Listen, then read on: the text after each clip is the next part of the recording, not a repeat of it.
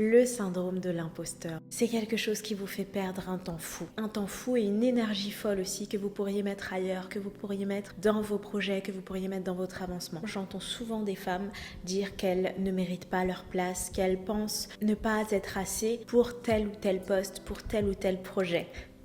C'est souvent faux. Je parle là du sentiment d'avoir pris la place de quelqu'un d'autre, mais sachez que c'est un sentiment, ça n'est pas une réalité, c'est quelque chose qui se passe dans votre tête, qui se manifeste souvent lorsqu'on sort de sa zone de confort et ça c'est une bonne chose. Les personnes qui ont le syndrome de l'imposteur essayent quelque chose de nouveau, mais ça n'est pas une fatalité. Ce sentiment n'est pas une fatalité, vous pouvez vous en débarrasser. Moi j'étais une championne du syndrome de l'imposteur. À chaque fois que j'avais une belle réussite, que j'avais une opportunité, je passais des semaines à me dire mais pourquoi on m'a choisi moi? Mais pourquoi on n'a pas choisi cette personne? Je vais me faire démasquer. Parce que c'est ça aussi le syndrome de l'imposteur, c'est la sensation qu'à un moment donné, ça va s'arrêter. C'est bien trop beau pour être vrai et les autres autour de moi qui sont bien plus talentueuses que je ne le suis vont finir par voir que je n'ai pas ma place ici. Tout ça, c'est du bullshit. Il faut s'en débarrasser. Je vais vous donner des conseils très concrets. Prenez des notes et surtout appliquez. Ne regardez pas cette vidéo pour la regarder. Peut-être que c'est la 4e vidéo que vous regardez sur comment avoir confiance en soi ou comment détruire son syndrome de l'imposteur. Cette fois, faites-le vraiment. Un moyen très efficace de balayer son syndrome de l'imposteur, c'est d'en fréquenter. La première chose que vous devez faire, c'est de fréquenter des Benjamins. Qui est Benjamin? Benjamin n'a absolument pas le syndrome de l'imposteur. Pourtant, c'en est un. Il pense être né pour réussir et pourtant, il n'a aucun talent. Pensez à ces personnes que vous avez croisées qui ont toujours l'audace, le culot. Et quand je parle de culot, je le dis dans le bon sens parce que dans la vie, il en faut. Ils ont le culot d'aller chercher ceux qu'ils pensent mériter, ils ont le culot d'aller demander des choses, ils ont le culot d'aller sortir leur projet alors que vous ne l'avez pas. Leurs projets sont moyens, ils sont pas exceptionnels. Et pourtant ça marche parce qu'ils essayent. Ils essayent, plus on essaye, plus on a de chances de réussir en réalité. Benjamin a des privilèges, quels qu'ils soient, que ce soit de l'argent, une couleur de peau, un genre. Et c'est quelque chose qui vous fait défaut. Cette absence de privilèges vous fait croire que vous ne méritez pas votre place. Il faut absolument que vous récupériez l'énergie de Benjamin. Des fois, quand j'arrive dans une pièce, je me dis, j'ai un petit peu peur, mais non. Benjamin, il aurait fait quoi? Benjamin, il a la tête haute et il rentre et il parle, il s'en fiche. Il se dit pas, oh mais les gens vont penser que je ne suis pas douée, les gens vont penser que je n'ai pas ma place. Il ne se dit pas ça, il pense être né pour ça.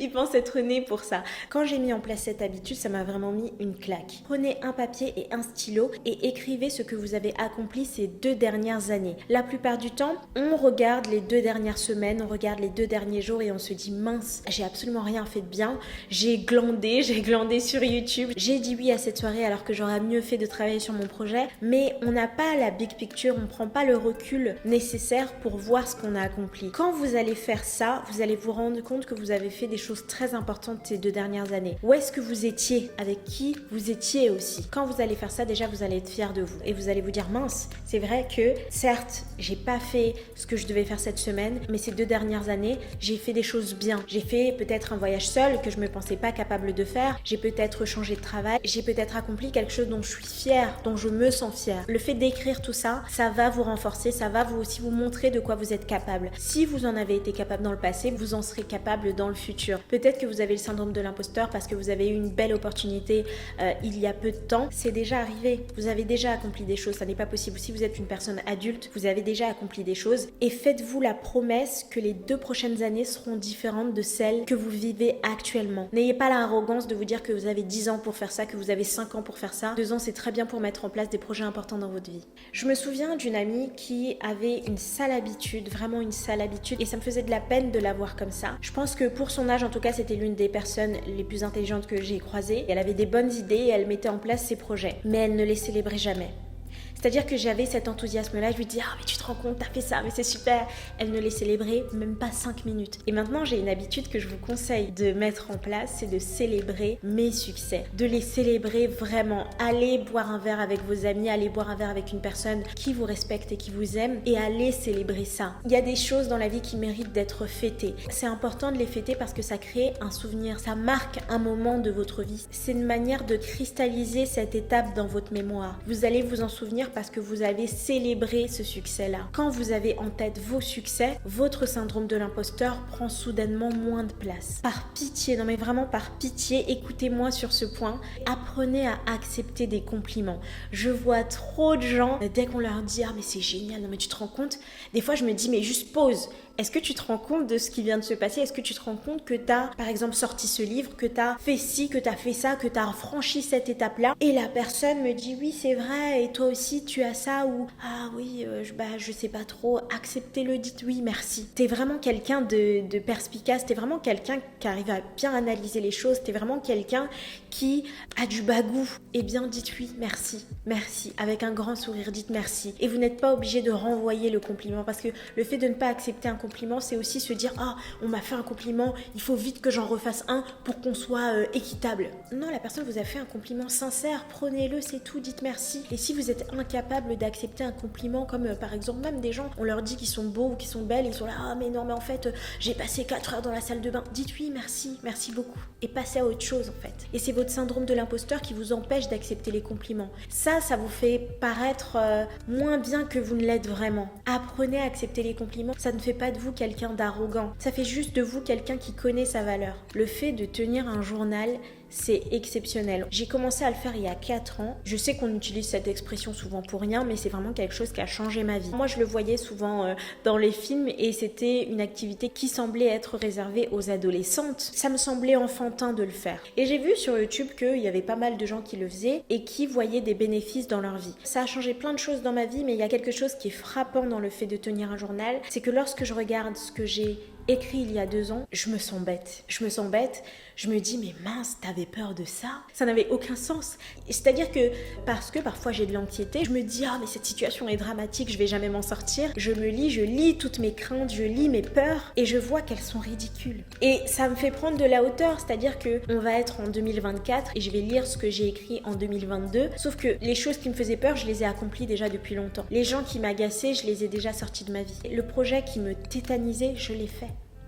Je crois que c'est le seul moment de votre vie où vous pourrez vous regarder vraiment. Regardez vos peurs, regardez vos émotions aussi, parce qu'on met beaucoup d'émotions. Moi, je mets toutes mes émotions, je les mets dans mon journal. Commencez un journal si vous n'en avez pas un. Ça n'aura pas de sens les premières semaines. Ne le faites pas forcément tous les jours, mais à chaque fois qu'il y a une émotion forte qui vous traverse, écrivez dans votre journal et vous verrez à la fin de l'année, vous allez regarder ce que vous avez écrit il y a 1 an, ce que vous avez écrit il y a 2 ans, il y a 3 ans, il y a 5 ans, il y a 10 ans, il y a 15 ans, il y a 30 ans, et ça va vous faire rire.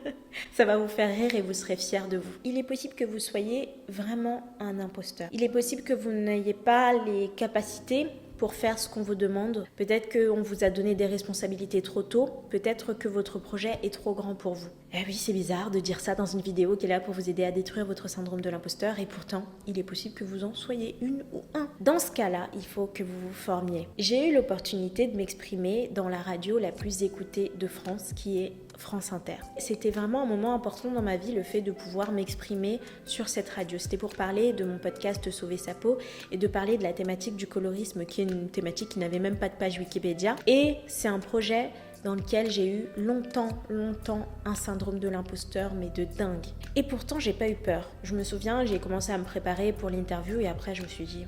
Je connais mon sujet, je le connais par cœur, peu importe la question qu'on me posera, je serai en capacité de répondre puisque j'ai été invitée en tant qu'experte. L'idée, c'est pas de se sentir supérieur, de croire qu'on est une super héroïne ou quelque chose comme ça. Quand vous êtes formé sur une question, quand vous avez travaillé très longtemps sur une question, j'ai travaillé 4 ans sur la thématique du colorisme, c'est facile. C'est facile de faire ce qu'on vous demande, c'est facile de répondre à telle ou telle question, c'est facile de faire tel ou tel projet. C'est facile.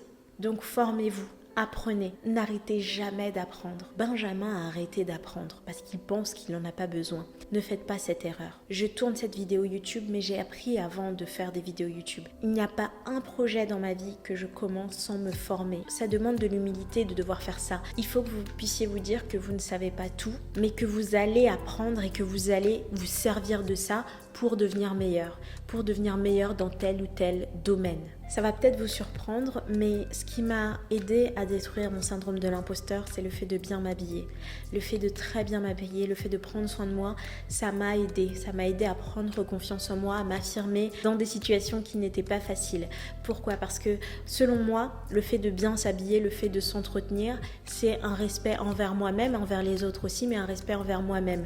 Je tourne cette vidéo et je me fais jolie. Je me fais jolie et on peut se dire « mais c'est futile, ça n'a pas d'importance. Mais en fait, quand par exemple, moi j'adore les chapeaux, j'adore mettre des chapeaux, c'est souvent on voit des vieilles personnes mettre des chapeaux. À mon âge, j'adore les chapeaux, j'adore ça. Je me sens bien, je me sens haute, je me sens grande. Le fait de mettre des talons, le fait de mettre des chapeaux, le fait de faire un effort supplémentaire. Quand je dis un effort supplémentaire, c'est que je mets pas un t-shirt et un jean avec des baskets et je m'en vais. Non, je vais faire un effort supplémentaire et me dire que je vais faire quelque chose d'important, je suis importante et donc je sors et je m'habille bien. Quand vous êtes sur le point d'accomplir un projet qui vous tient vraiment à cœur, habillez-vous bien, c'est un grand jour. C'est le jour où vous travaillez sur un projet que vous adorez. Donc célébrez-le, célébrez ce projet-là et commencez par bien vous habiller. Je suis Émilie, journaliste et podcasteuse. Tous les dimanches, j'envoie une newsletter pour vous apprendre à lancer vos projets, pour vous apprendre à lancer votre podcast, à faire entendre votre voix. Vous allez avoir plein de conseils gratuitement tous les dimanches à 18h dans votre boîte mail. Pour s'inscrire, le lien est dans la description. Et pour ma part, je vous dis à bientôt dans une prochaine vidéo.